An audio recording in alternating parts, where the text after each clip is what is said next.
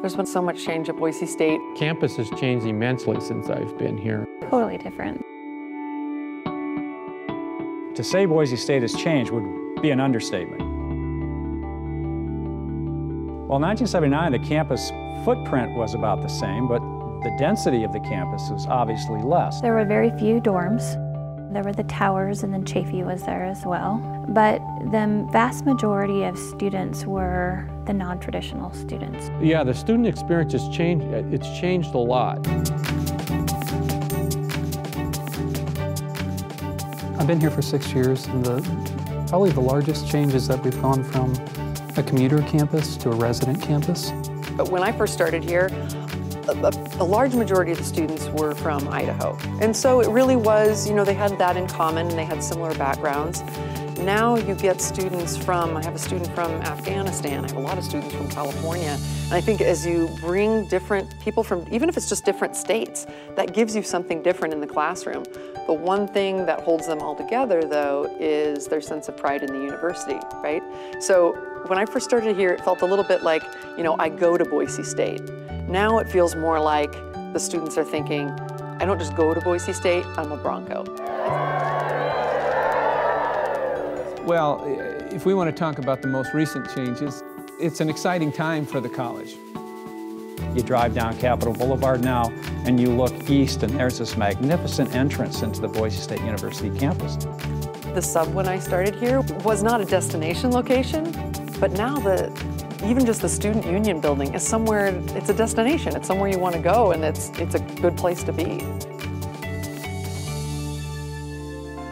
I think we're very close to being true regional and maybe national leaders in a variety of areas. I think research certainly adds to the prestige of the university. Now we're moving out into trying to develop a new treatment for metastatic breast cancer. Students that are involved in research, I think, have a leg up on students that are not. I think people are starting to find, well, why not just go for the big stuff? Why not try to cure cancer? In the 9 years that I've been here, we've gone from overheads and chalk dust to iPads and smartboards. I mean, the technological changes have been pretty amazing. It's an exciting time to be an academic because I think that we are not in ivory towers anymore, you know? We're in glass houses, you know, we're right there with the community looking at what their needs are. And I think a community like Boise is at the point where they know if they've got an issue in their organization, an issue in their nonprofit, there's going to be somebody at Boise State that's going to be able to help them. Rather than having a contract with an out-of-state consulting firm, they can reach across the river to Boise State and say, hey, can you help us with this problem? From the time that I've been here, if you look at that trajectory for Boise State, it's going up. What we have an opportunity to do right now is to just go off the charts as far as innovation and challenge ourselves as an academic community, challenge the students, provide really cool, unique opportunities like in a new school setting. Do I know what we're going to look like 10 years from now? No way. I mean, I didn't know, I could never have guessed we looked like this 10 years ago. I just think that as long as you have leaders that are willing to let the faculty be innovative and thoughtful and take risks, that we'll come up with some really great things. I think we've got to look at who we are and where we are, and we just have to be ourselves. We've got the blue turf, right? I mean, that's pretty unique. Let's not lose that kind of blue turf mentality. I think that's really critical.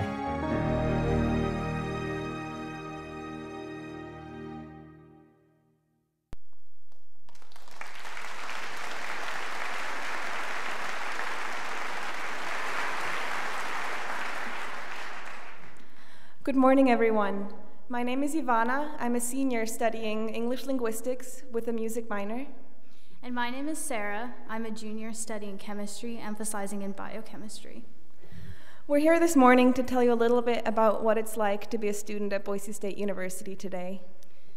When I ask my fellow students, how are things going? They say, things are going well. I'm really busy. And I took a second to think, why are students always telling me that they're so busy? And I realized that it's because there are just so many opportunities on this campus. And so I first want to talk to you about my own opportunities that started before I was even a student here. I began my research in the chemistry department when I was a senior in high school, and I've continued ever since. And I'm not the exception to a rule. I see so many high school students go through research in many different STEM departments, and even more undergraduates just like myself. Sometimes the opportunities take us far beyond the Boise State campus. I was blessed to be able to go study abroad in Israel and to learn more about a country that I'd always wanted to know more about. And coming back here, that presented me with research opportunities, and just it enriched my life, as do a lot of the opportunities that I have been presented here. I've been on this stage before, playing in the Symphonic Winds Ensemble and in the University Orchestra. And on Friday, I will be running in here with the marching band to greet the freshmen coming in for convocation. So a lot of our opportunities are just a lot of fun. The other thing that I find very amazing about Boise State is the academic support that I receive. A lot of times freshmen come in and there's so many classes that they have the opportunity to take, but they're not sure when they should take them or what classes they should take in their major and what classes they shouldn't. And the faculty that really help with that are the academic advisors. I've received wonderful academic advising, and it's really helped me through my journey here. I couldn't agree more. I think the advising and the faculty are the ones who really make our opportunities possible for us. My advisors have pointed out opportunities. They've mentored me through the process and encouraged me that I really can do things that I have done so far and will do in the future. I think the last thing that I really enjoy about Boise State is the accessibility of the professors. You're what make the difference for the students, and you make yourselves available for us even when your schedules are busy. I know any professor that I take a class with, or even a professor I don't have a class with, I can talk to them in their office during their office hours. They're very easily reachable via email, and they want to talk to me. They want to know what I have to say, and that makes me feel really good, because I feel like if I was at a different university, maybe that wouldn't be the case. And even some professors that are the most busy on campus will say, I know I'm really annoying to get a hold of, but keep bugging me because I do want to talk to you, and that's what makes a difference.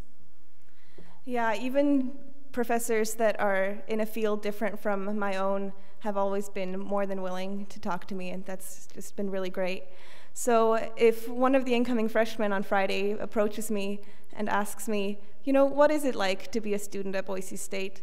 I could tell them the things that we have just told you about, or I could simply say that it is made to be what you choose to make it. Thank you. See you in class next week.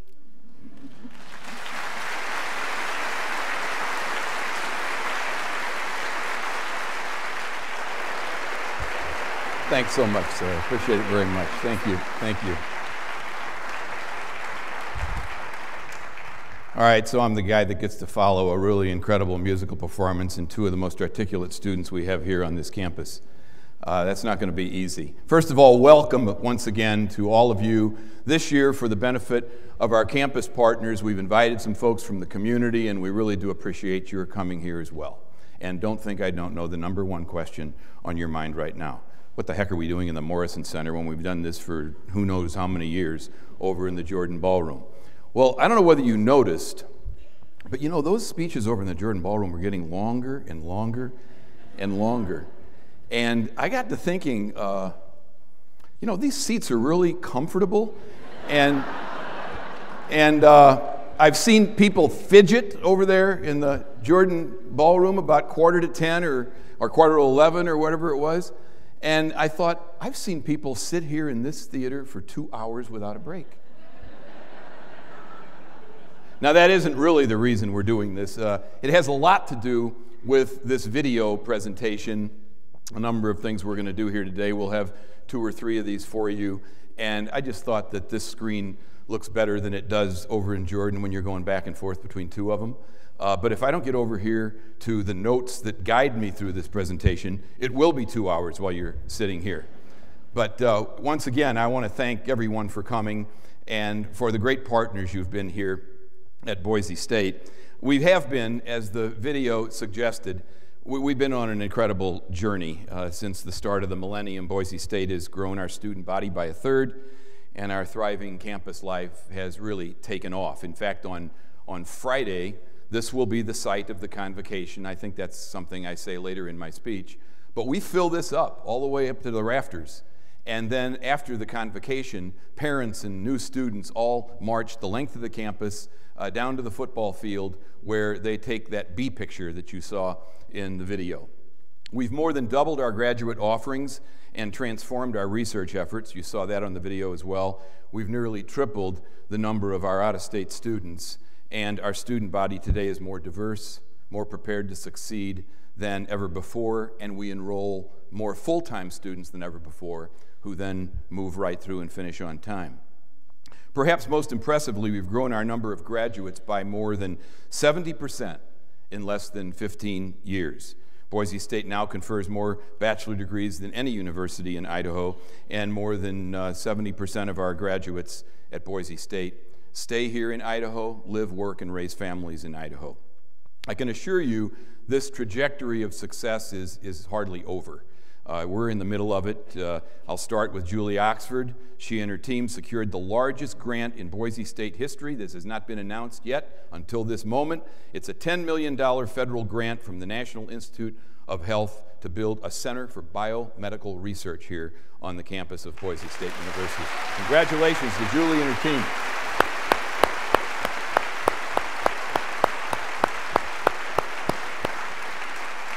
There they are. Our computer science department broke ground for a major downtown presence, moving our faculty and in-demand students. That's a visual of what that building will look like. They've already begun on it, I believe, but we're really excited about that. And it's due in some part to a grant that our local industry leaders helped fund. It's a Department of Labor matching grant, and we're excited about that. Some of our raptor biologists found themselves in an interesting place this summer. That would be Spain, working with golden eagles. Oh, those are burrowing owls. How about that for a nice shot? That's the way a speaker tries to get the attention and the support of an audience, is to show baby burrowing owls. And then I believe we also have some eagles. We have a golden eagle up there somewhere. Maybe he didn't make the trip today. Our faculty taught, researched, and presented ideas all over the world: Paris, Buenos Aires, Viterbo, Italy, Warsaw, Poland, and even Transylvania. And that's nothing.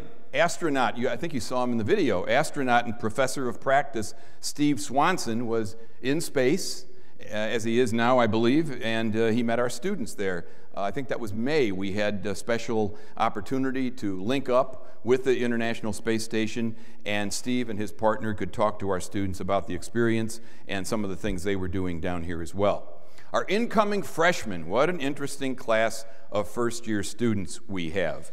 Hannah Newhouse from Twin Falls raced in the Spears SRL Southwest Tour. That's one of the feeders to NASCAR. All right, there she is. Lindsay Kruger from Tehachapi High School in South Central California. She's on the right on a horse. You can tell this is the West. She won a team roping championship in California and competed in barrel racing. They're both going to be freshmen this year. Actually, in Lindsay's case, who is the roper and the barrel racer, she's majoring in nursing, which I thought was a very good major for Lindsay to have. Congratulations to them. And if you saw that great little video, that graduation video before the show, that's the work of Christopher Lloyd. He's a class of 214 graduate, making the most of his video hobby and what will be his full-time job. And I didn't have a chance to mention that we have a new football coach, a first. I know you haven't heard that before. Brian Harson, a Boise State graduate, has joined us. We are really excited about what Brian has done since he's been here. That would not be what we're excited about, but I'll get to that in a minute. What we're excited about is that Brian has taken really a whole new approach to his job. You may know from reading the local papers that he and his coaches made these 2 trips across Idaho to meet students. Now, admittedly, he was looking for football players, but when he gathered 700 people families in Idaho Falls at a public park, all with their Boise State gear, I could tell immediately that he really wasn't, even if he thought he was, and I know he didn't, he really wasn't recruiting just football players.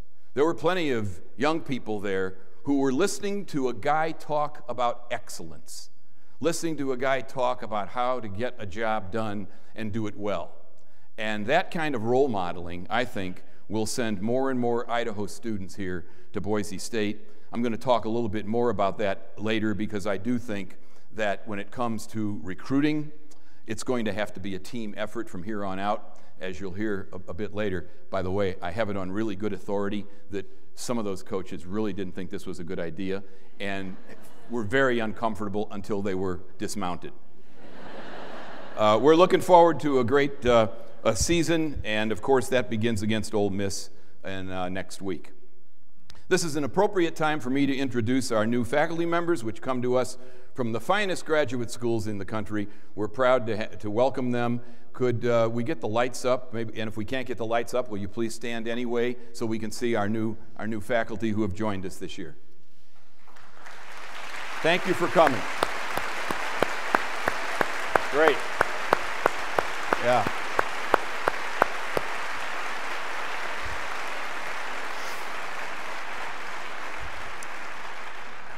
And as far as our first-year students, I really wanted to give you a profile of our incoming students for the first year, but we're still trying to figure that out and get all the details, and frankly, we won't have any enrollment numbers until October anyway, but we're really excited about what we see in these numbers for our incoming class, and again, we'll share that with you when it's available. These students who come to us these days have all kinds of choices out there. I don't really have to tell you that. We do not just open our doors and wait for them to arrive. And by the way, there was a time when we did that, and frankly, so did everybody in higher education. You just hang out and hope that on enrollment day they show.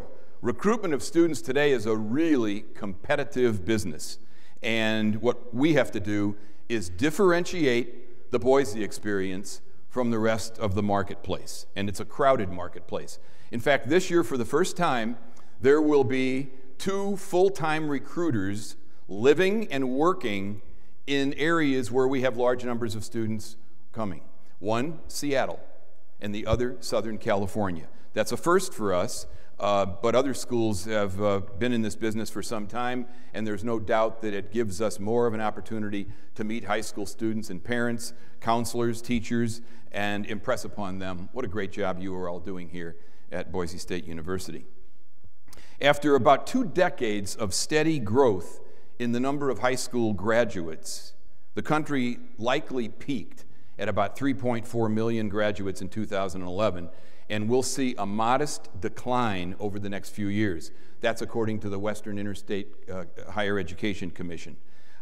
Since the Great Recession of 2008, we've seen for the first time in my recollection, in addition to the decline in high school students, and you'll see it up here, a steady drumbeat from our nation's media on a college degree. I mean, I'm sure that you may have seen 1 or 2 of those, but there's a good number of them. Now imagine what that does to a family, to students in high school, to parents who are thinking through the cost of a higher education, and you look and read articles like that. That's of great concern to us, especially since we know from U.S. Department of Commerce ratings that over the course of a lifetime, a college degree is worth $1 million more or over than if you only have a high school degree. But we're still dealing with headlines like that. Our enrollment management folks work hard to find the right students to come to Boise State, to convince them to do so.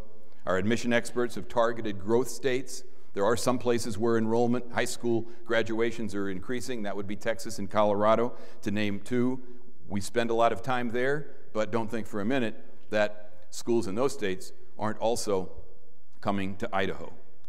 To the extent that recruitment fails to bring in a sustainable first-year class every year, including out-of-state students whose tuition boosts our revenue, we simply lose so many funding opportunities to improve our teaching, learning, research, and if I can mention just one pet project of mine since I've been here, the compression issue. We compete when it comes to hiring a faculty or staff member at the outset, and then by the time you get into the associate level, we start losing earning power. The way you deal with that is with a revenue stream that is sustainable. And obviously, I don't think any longer this can be a job for student affairs personnel alone. We live in a time now when recruitment's going to have to be a team effort, no longer the exclusive preserve of those recruiters, the folks working in student affairs, enrollment management, who go out on Monday, come back on Friday, and meet high school students and, as I said earlier, teachers and counselors. This year, I'm going to be asking our departments and colleges to re-examine the role they play in recruiting and to redouble their efforts. And by the way, I was talking to these students before they performed this morning, and I said, so you go off campus to do this? You get around and spread the goodwill and the great performances with other folks? And the first response I got was, yes, we do. In fact, we went on a recruiting trip So there's room for our students here, and I was just delighted to hear that the Department of Music has encouraged our students to join in this effort. As students in technology change and evolve, so too must our recruitment efforts. Kathy and I are good friends with a friend whose daughter lives here in town, and she debated for months and months and months whether she really wanted to go to school where she grew up. And finally, she decided to do it, and she registered. But she was still a little uncertain. She went online and found through the university who her suite mates were going to be.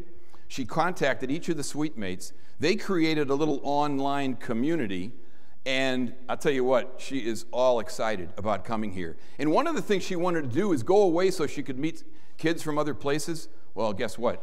I don't know, something like 5 out of 7 of her suite mates are from someplace else. So she's going to be able to study at home at Boise State University where she wanted to go to school, but still have this interesting experience of meeting diverse students from other various places. Well, you know, I got to thinking, if students can figure that out, why can't we figure that out?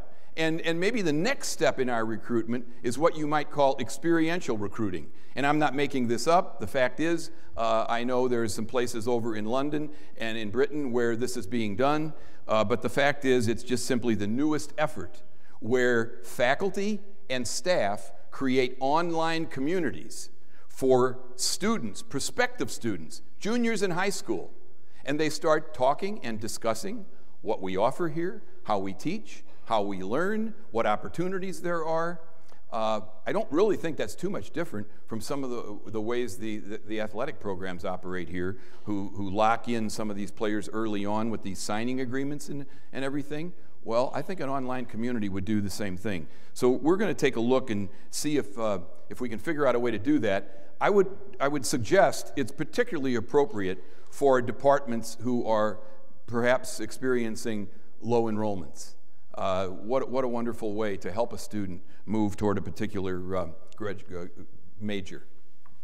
Retention and graduation are just as critical, if not more so than recruiting, and again, that's a team approach, and going the extra mile makes a big difference. A friend told me of a recent experience her son had at his university that reminded me how seemingly small gestures can enhance the experience of our students and their progression to graduation. The son was one of 6 students on a wait list for a course, and it was a course that he needed to graduate. Professor calls him up and says, look, I've been looking over the fact that you and 5 of your fellow students are trying to get into this course. I'm going to create a new section for you. Well, that's good, and that's the way you do business, right? But then the professor said, and I checked each of your schedules to see when you are all free, the common time when you're all available. And I've arrived at that number, and here you go. You're going to be taking this class at such and such a time. I thought that was such an unusual role for a faculty member to play that in this case, the professor's diving into the details of where these other students' classes are and figuring it out. Look, I know we have professors on this campus who are just as engaged in our students' welfare, and I'll tell you, in this day and age, that's exactly the way it has to be. And again, I can only suggest that we look longer and harder at how we can do even more of it. And one of the ways we're going to do more of it, we have a new tool.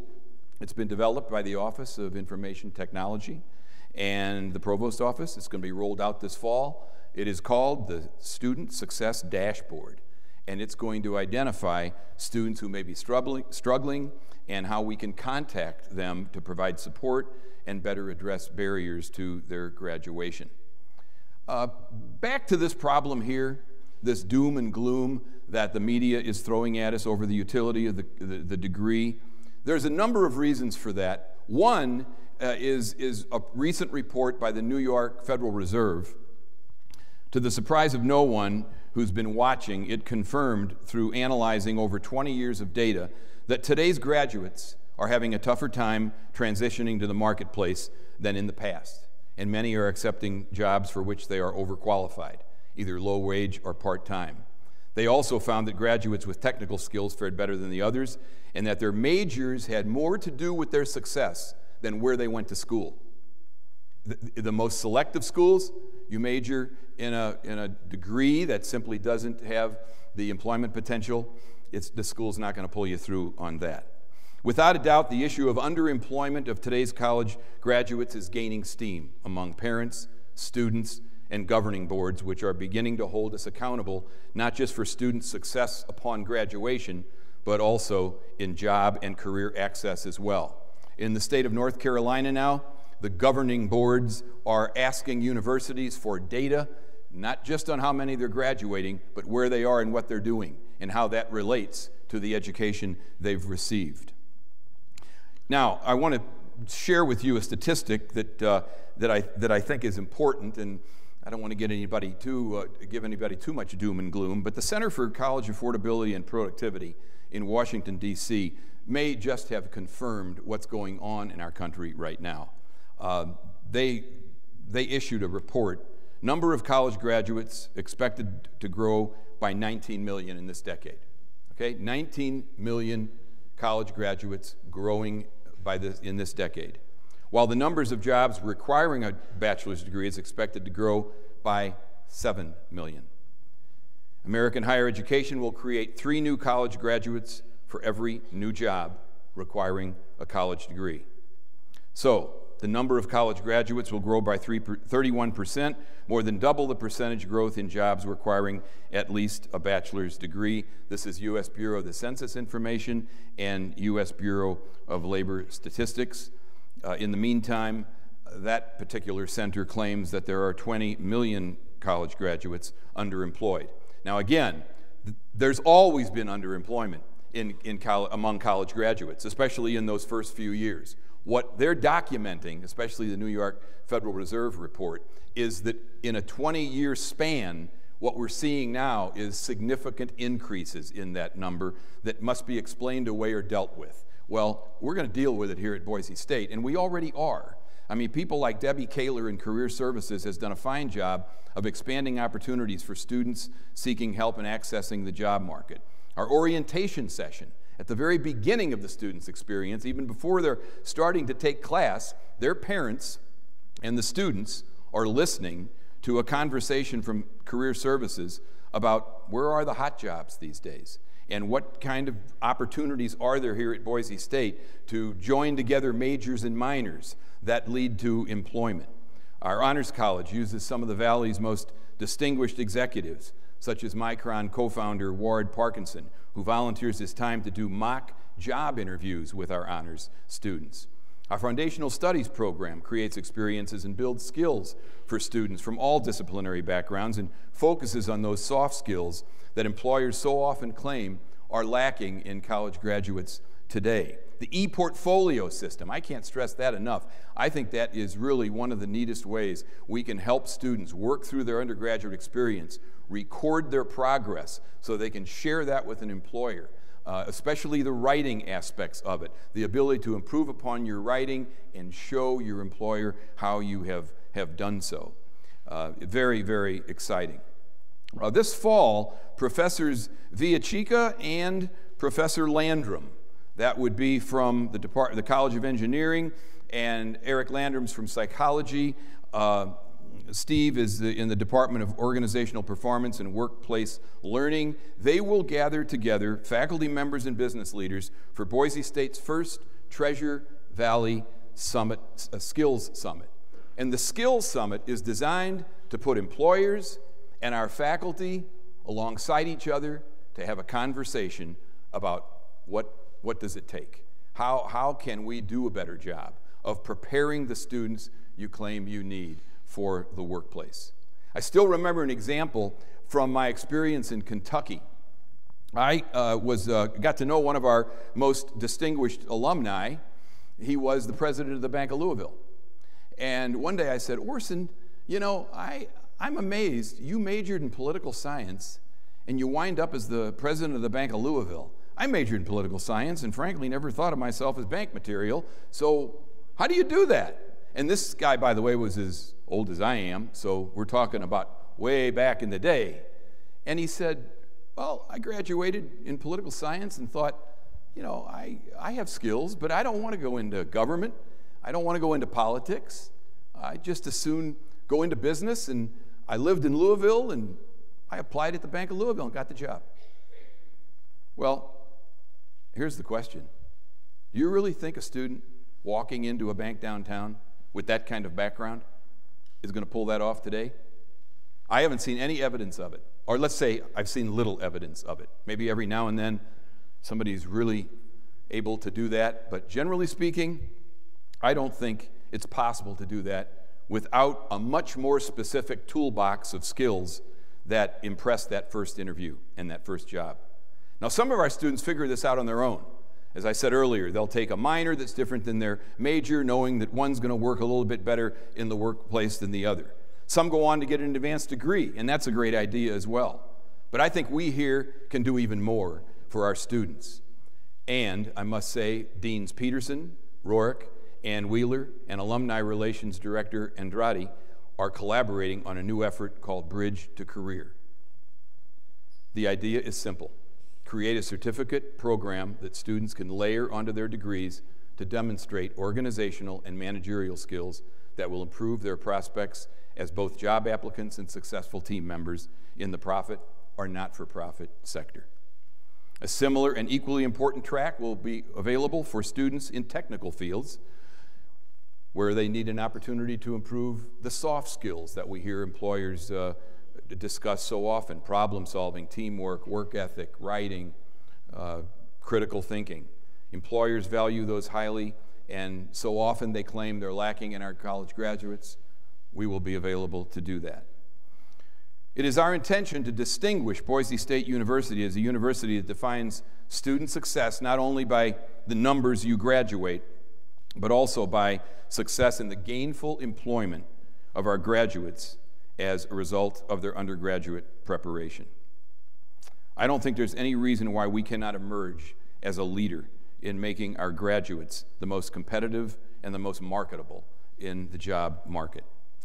Last week, I had a surprise visit from the president of Wake Forest University.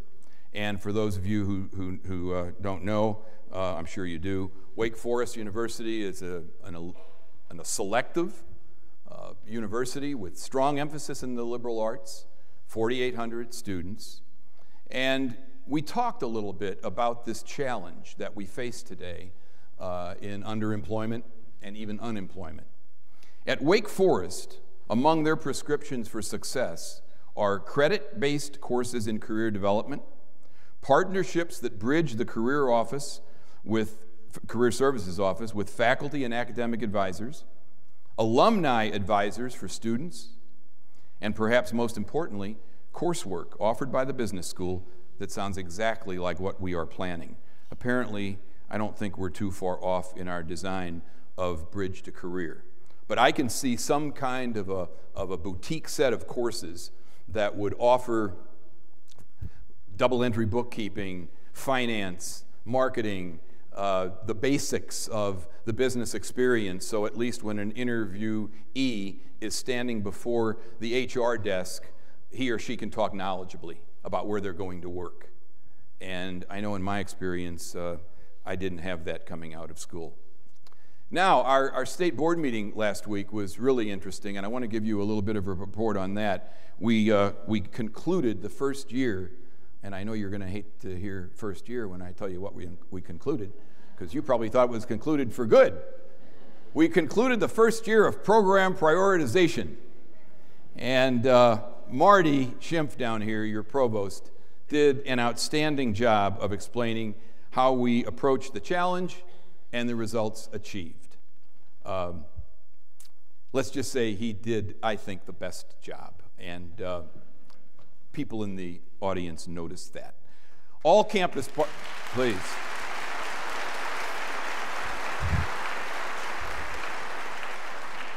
Now, you all played a big role. You all invested lots of hours in this. But there was one guy who was there through the whole thing and who really, just drove the process. And I think you know who that is, but that would be Jim Munger, wherever he's sitting. I just want to acknowledge him.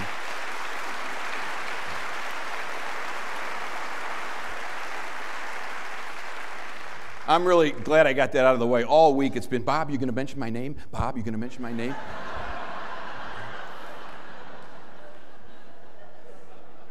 Actually, that's the last thing Jim wanted, as you can, anybody who knows Jim knows that he didn't need to be recognized. Anyway, well, as a result of this effort, scores of programs from academic majors and minors to athletics, facilities, finance, and more will undergo changes to better align them with student success and community and student needs.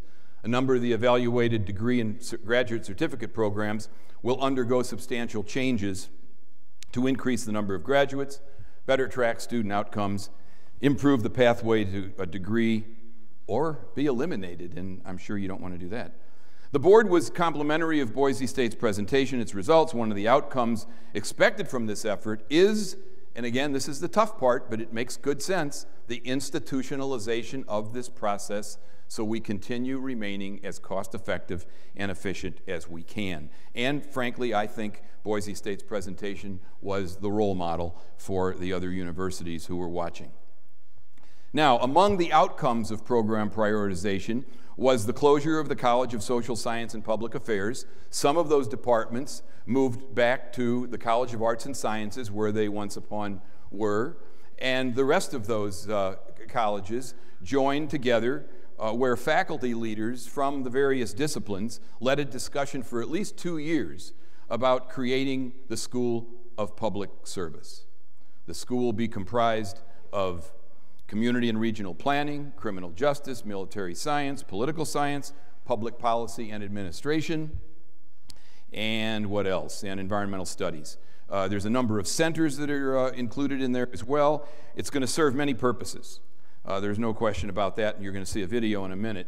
But it's going to prepare students for careers in government, and it's going to provide our policymakers and our governments the opportunity to gain from the research that our faculty does. It'll bridge disciplines across the university, serve as a centralized resource. It'll facilitate the research and the service we provide our communities. As far as I'm concerned, the timing of our new School of Public Service could not be more appropriate. I am just seasoned enough, that's code for old, enough to remember John Kennedy's inaugural address. And it was my senior year in high school, and he said, ask not what your country can do for you, you know the rest of it, but what you can do for your country. I thought he was talking to me, okay? I thought he was talking directly to me, and I went out and progressed on a career that did exactly that. I majored and studied political science, and I taught political science, and I ran for office and served as a public servant. And then, about the time I'm teaching political science in the 1980s, it was with some regret, while I was teaching government in Chicago and serving in the legislature, that I heard President Reagan say that government is not the solution, government's the problem. Well, you know, I I know people have differing opinions, and I know that speechwriters throw things into speeches sometimes just because they know it's going to get a headline. But the fact is, I think that notion that somehow government is the problem is really what has led to this unbelievable intransigence and dissatisfaction, stumbling blocks to working on legislation that is absolutely required for the American people. Over and over again, you see examples in the media and in the real world where the defunding of certain government agencies has caused an agency to miss a problem, like the monster spill in Charleston, West Virginia, where the governor was actually complaining about the Environmental Protection Agency until the spill, and then criticizing it for not doing anything about it. And we hear that over and over again. So I'm just really delighted about the school. I think that there is no question government serves an important purpose in civilized society. It should be our role at this university, and every university across America for that matter, to inspire students to serve in the public service, to study government, and in a sense, find a way to bring back those days when government was respected and when government played the proper role in our society. Watch this video.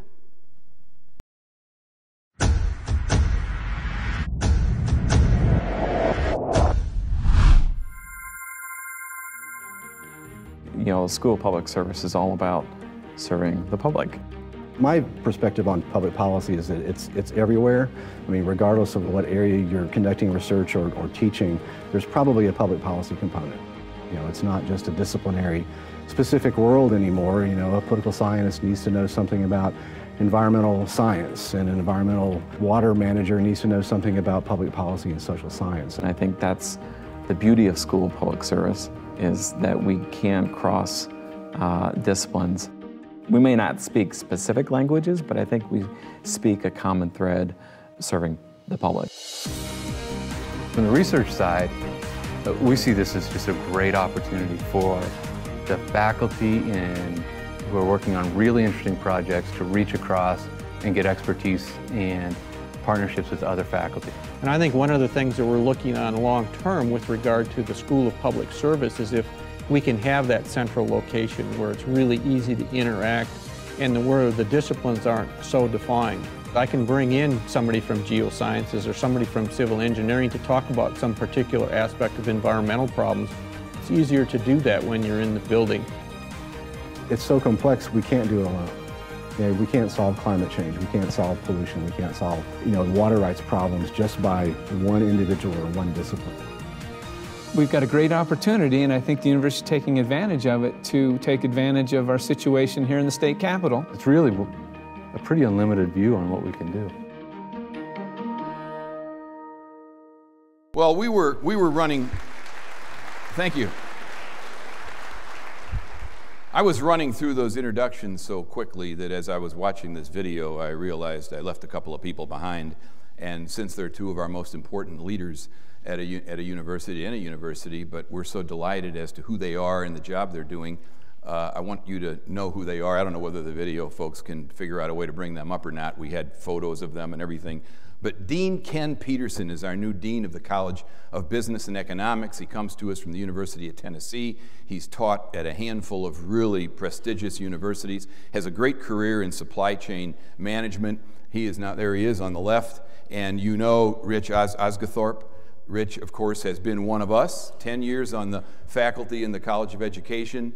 It was so interesting interviewing Rich because what I was looking for was the focus on student teaching and the training and improving the quality of students that we bring out here. And boy, Rich impressed every one of us, and he is today the new Dean of the College of Education. Congratulations to both of them. Welcome aboard.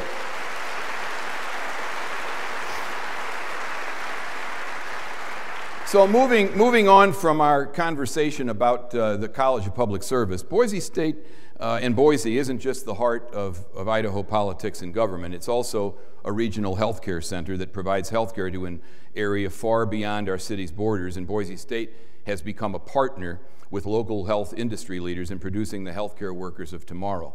In the clinics, the hospitals, the communities. That's why I'm pleased to announce today a reorganization of the College of Health Sciences, which will create the School of Prevention and Allied Health to join the School of Nursing and welcome the School of Social Work and Student Health Services to the college. Our Dean of the College of Health Sciences, Tim Dunnigan, led this effort, and this video will explain the reorganization.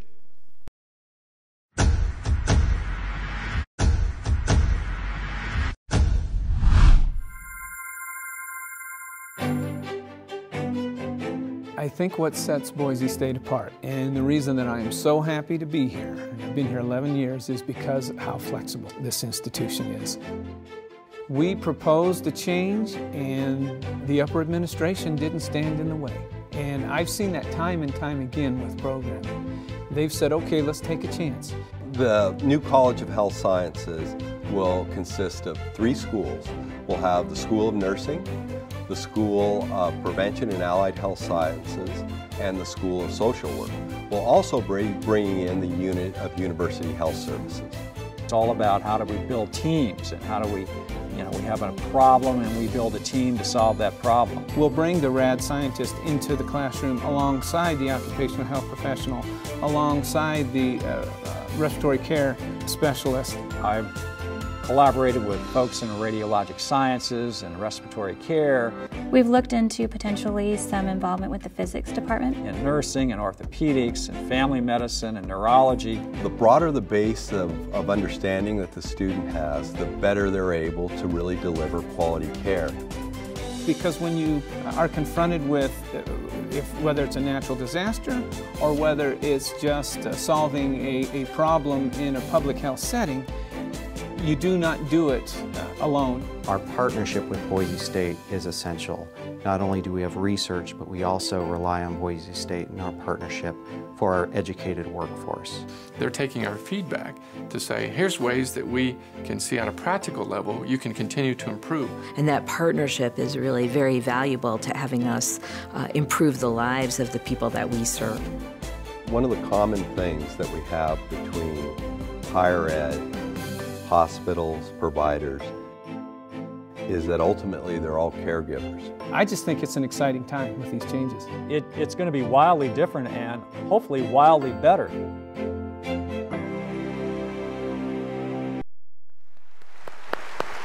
Congratulations to Tim and his faculty.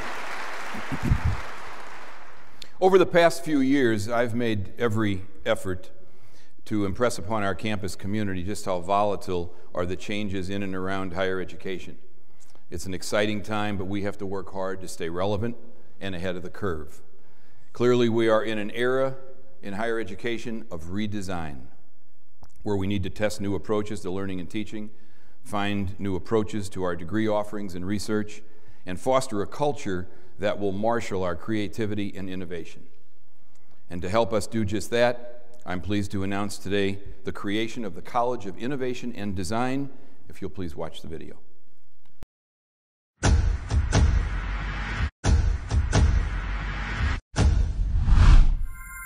You know, there's only a handful of schools out there that are creating something like the College of Innovation and Design, and here, Boise State is doing it.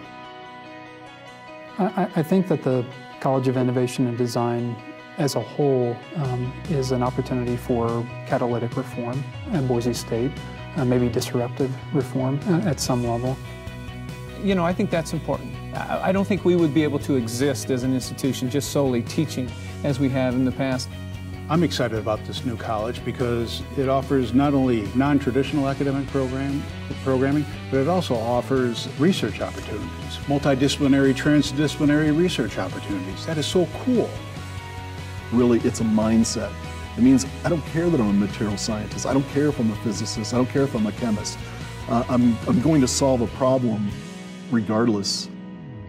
I think this College of Innovation and Design affords us that opportunity. Not take away from any of the great programs we have going on right now in the colleges, but maybe creates the administrative structure for us to do it more efficiently. Instead of saying, I'm going to study my discipline, you say, I'm going to study an issue. I am going to study a problem. I am going to study a challenge. It means that you're not afraid. And I'm going to bring together other people that also are interested, not in my discipline, but in that interest or that problem or that challenge. And I think that's the way that students think.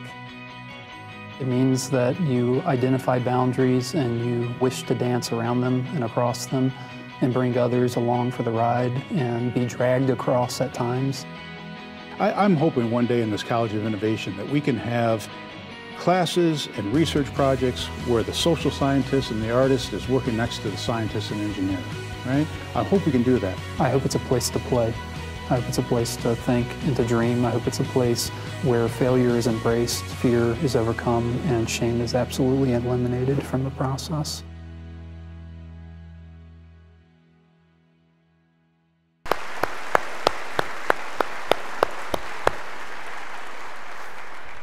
As I watch that, I think back to those numbers I gave you earlier about the oversupply of college graduates, about the underemployment of college graduates, and I think very seriously about the need for a college like this to do everything we can to create new degree opportunities that are so attractive to employers these days and who take various disciplines, break down the silos, and put them together. This College of Innovation and Design is going to be a university-wide hub that's focused on transforming academic programming, in essence. Learning and research at Boise State, it's going to leverage the speed, collaboration, and risk-taking of a startup. The college will inspire and support faculty, students, and community members from diverse disciplines to create new pathways of learning that anticipate the demands and opportunities of our ever-changing world and workplace. These teams will generate pioneering degrees, badges, and certificates, as well as design new and other innovative approaches to research and community engagement efforts. The college's creation is really a natural progression, if you stop and think about it, to trends in higher education, trends in the marketplace, and among our students and faculty. It's a trend that's taking hold at premier universities all over the country. I knew we were onto something when I read about Marissa Mayer, I believe, is the CEO of Yahoo. And if you read about why she chose Stanford University, you learn that it's because she wanted a major where she could combine philosophy, cognitive psychology, linguistics, and computer science. One of the greatest limitations of the traditional college structure is that each discipline is organized in its own department. That's where home is for the faculty, that's where the line is, that's where the tenured position is. And it's sometimes an academic framework that's difficult to overcome for both students and faculty. I don't know how many times I've said in these lunches I do with 7 faculty every 3 months, it is seldom when 2 members of the faculty know one another, because we require that everybody come from a different discipline and a different college. That's expected because of the size of our campus. So what's it going to take to bring that all back together? Again, I think the College of Innovation and Design will be set up to help break and blur the barriers that exist and truly create transdisciplinary programs, research projects, and more.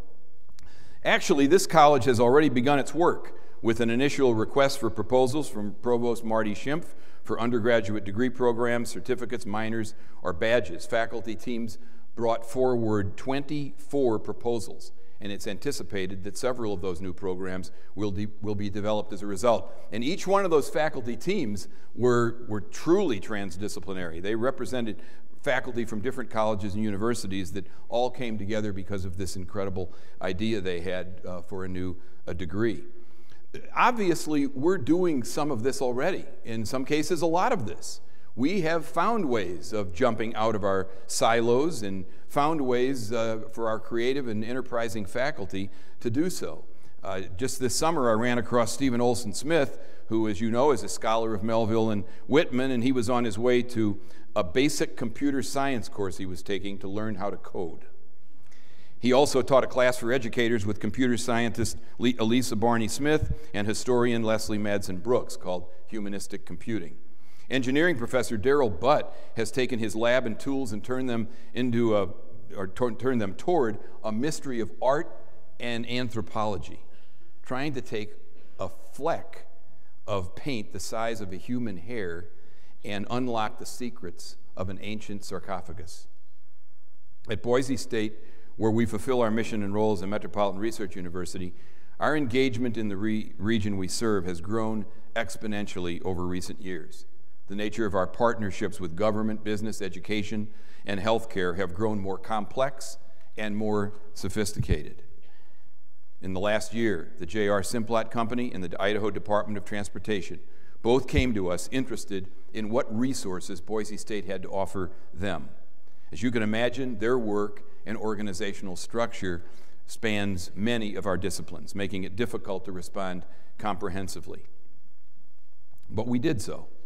But in doing so, we recognized that what we need to do is create knowledge communities. We really need to find a way to organize and sustain our faculty and our staff in the creation of these teams or organized communities that then respond to the needs that are thrust upon us by places like Simplot or the Idaho Department of Transportation. In a case like this, there can be little or no respect for organizational boundaries or traditional timelines. A project organized under the auspices of the College of Innovation and Design must be nimble, fast-tracked, resourceful, and inventive. Kathy and I recently attended a great first lecture on Leonardo da Vinci as part of the series being offered with our faculty at the Discovery Center of Idaho. And a shout out, by the way, to the Arts and Humanities Council, Deans Mull and Rorick, and others for putting this great series together. Professors Quincy Conley and Stephen Crowley did a great job introducing us to da Vinci and what made him so unique. How could he be an artist, a scientist, an architect, all wrapped up into one? We think of him as an interdisciplinarian because of his many fields of accomplishment. But the lecturers posited, perhaps the reason da Vinci could accomplish so much is because he didn't see it as interdisciplinary at all. He saw the similarities among his projects, not the differences. Or as engineering professor Will Hughes put it, and you've seen it, who teaches material science, and by the way, Will started out as a sculptor, science, engineering, and art are just facets of the same thing. If you can engage your research from the eye of an artist, the eye of a scientist, the eye of an engineer, it may allow you to access a broader population with the education or with the ideas that you're moving forward. That's exactly what the new College of Innovation and Design is meant to foster for our faculty and our students and to the benefit of the community at large. We are very pleased that Dr. Andrew Finstwin, who has done such a fine job as Dean of the Honors College, has agreed to step off and lead the development of the College of Innovation and Design on an interim basis while a national search for a dean is conducted and pending approval of the State Board of Education. So we're getting to the conclusion now, and I altered the program a bit. There was part of the program where we were going to actually turn the lights up and have you all rise and take a break. And then I thought, that'll really scare the daylights out of them. They'll think they're going to be in here till noon if I do that. So, and the reason I was going to do that is because we wanted to make one more announcement. And it really relates to the College of Health Sciences because the Health Services Center, which has not been a part of the College of Health Sciences, has now moved over as a part of the College of Health Sciences. And we are soon to embark on a campus-wide initiative on wellness, sponsored by the College of Health Sciences. The wellness program will be led by Dr. Michelle Immels, an experienced professional in wellness program who just happened to bring with her to Boise State our head track coach. So, nice duo.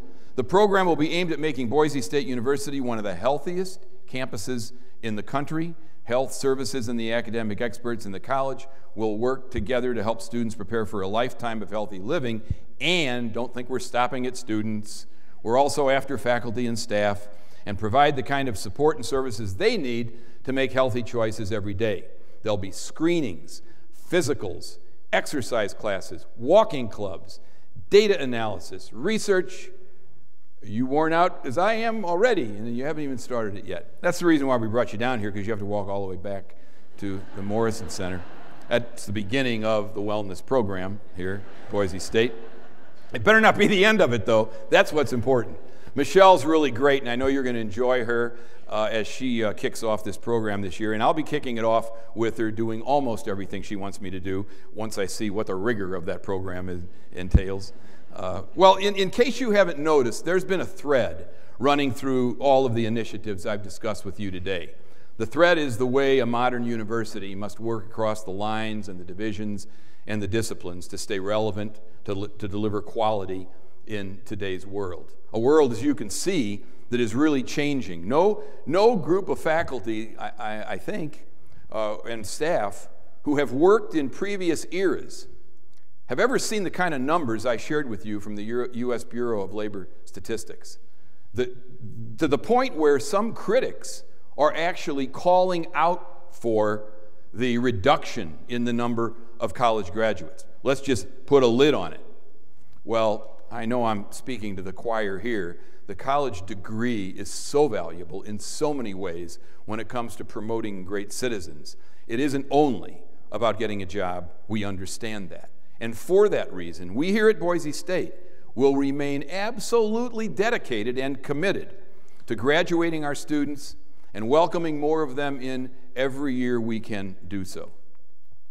But whether we're talking about faculty working with administrators on student recruitment, or the needs for programs like Bridge to Career to blur the lines and broaden the education of technical or liberal arts students, or the reorganization of the College of Health Science, the creation of the School of Public Service, or the College of Innovation and Design, it's all about finding better ways to innovate and serve students, the marketplace, and our varied partners. I hope we can let this spirit and now this reality of innovation and design become the hallmark of Boise State University and everything we do this year. I have no doubt that this year will be one of the most exciting and challenging in memory, thanks to your incredible commitment to our students, the communities and the state we serve.